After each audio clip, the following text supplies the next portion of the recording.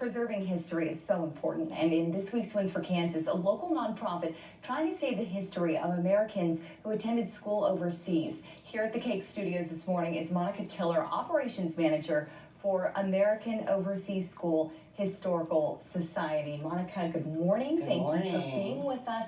Tell me kind of about the organization and about your plans for the future.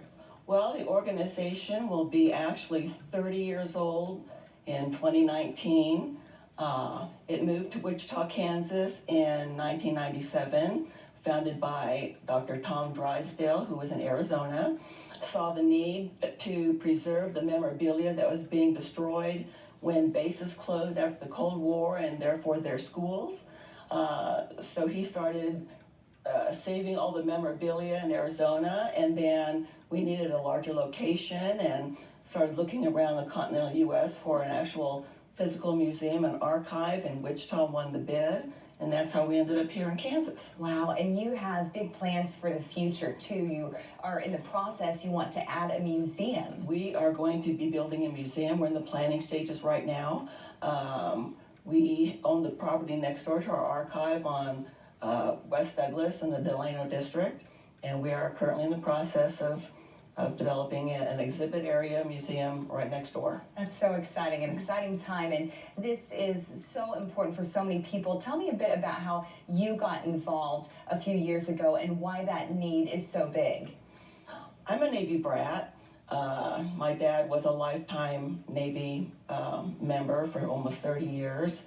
There are many, many thousands of brats all over the world, and many were overseas students, and one of the board members happened to find out that I lived in Wichita, Kansas, and they had a need for an operations manager and called me in and hired me in 2016. So you know how important that is for your organization to exist. I do. And what's the reaction among people who are just excited to see that memorabilia being preserved? Well, just a few weeks ago, we had 3 alumni from Bitburg American High School come to the archive. One was from Oklahoma City, 2 were from Phoenix, Arizona, and they came especially to help unpack the memorabilia that we had just received from their school, which had closed in 2017.